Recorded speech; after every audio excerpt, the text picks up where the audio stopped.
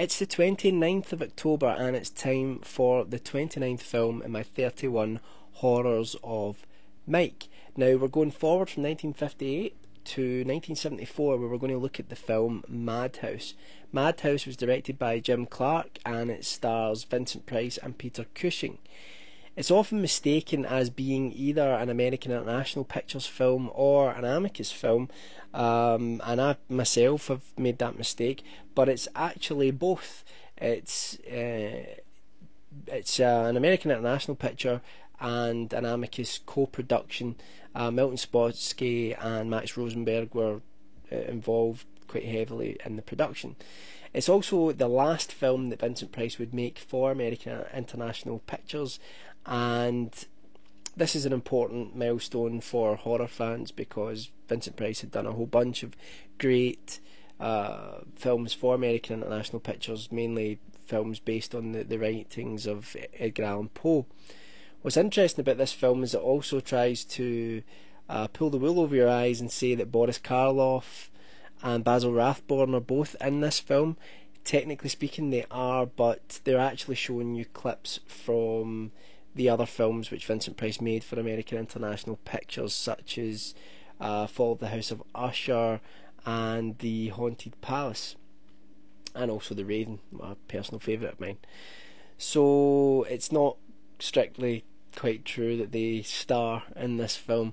You may be asking, why are they showing you clips from other films in this? Well, let me explain the plot. The plot follows an actor called Paul Toombs, who has had a successful horror career playing a character called Dr. Death.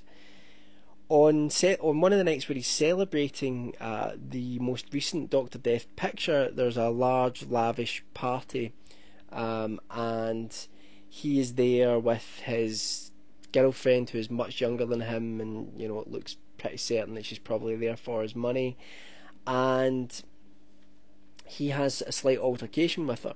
Once he has a slight altercation with her, she goes back to her room and she meets a grisly end.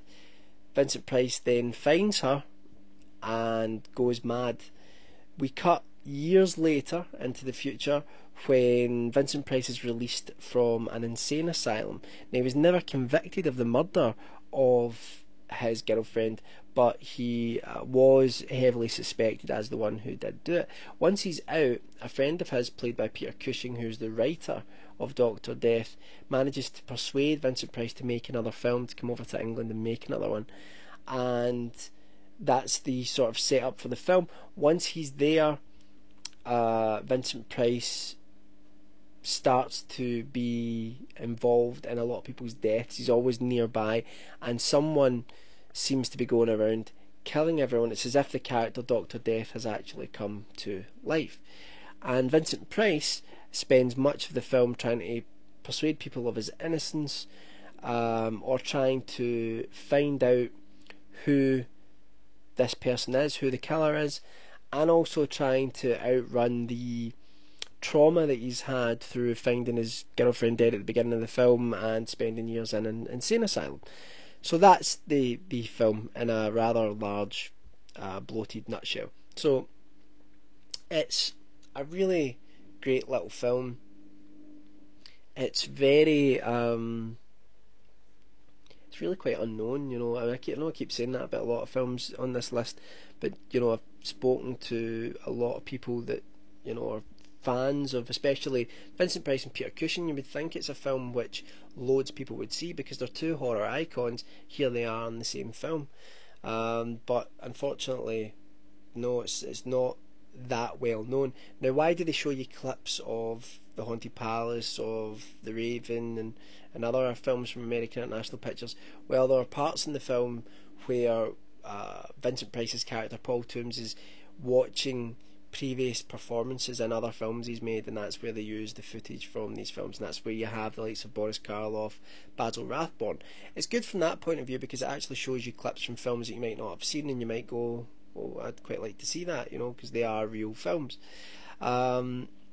It's unusual in that it's a contemporary piece. American International Pictures, when it comes to Vincent Price, we're mostly used to making period pieces, and like I say, they were normally based on the writings of Edgar Allan Poe. So this was probably more so right up sort of Amicus's street. You know, it was probably more in line with what they would want to do at the time in terms of being in England. What's interesting is that Amicus also were, you know, used to doing contemporary pieces, because Hammer Horror Studios that were in existence at the same time, they were sort of known for the gothic horror stories. They did the period pieces, and Amicus tended to do things in the contemporary. So it seems as if the film is maybe more of an Amicus picture than an American International picture, but they were obviously involved because the presence of the footage from other films. It's not just like Amicus made the film and then got American International Pictures to distribute it. So I think that with Madhouse, a lot of it you got to take with a pinch of salt. I think some parts of it are really quite goofy. Some of the deaths, you know, Dr. Death, that sort of thing. You know, it's really cliched, and it's a little bit corny in places, and it does have that sort of camp, you know, aspect to it. But you know, that's something that I enjoy from 1970s and 1960s horror films. You know, I enjoy films that are a bit like that. You know, they're not particularly scary, but they're just good fun, and this is certainly one of those films. So I would definitely check it out. It's got a rather bizarre conclusion, but really worth watching, and certainly just to watch Vincent Price and Peter Cushing play off one another, I mean, that's worth the price of admission alone. So go and check that out. That's Madhouse from 1974. That is the 29th film on my 31 Horrors of Mike, and I'll be back tomorrow for the 30th film in my 31 Horrors of Mike. I'm going to stop saying that. I'll see you all then, if I can figure out where the off button is. Oh, there we are.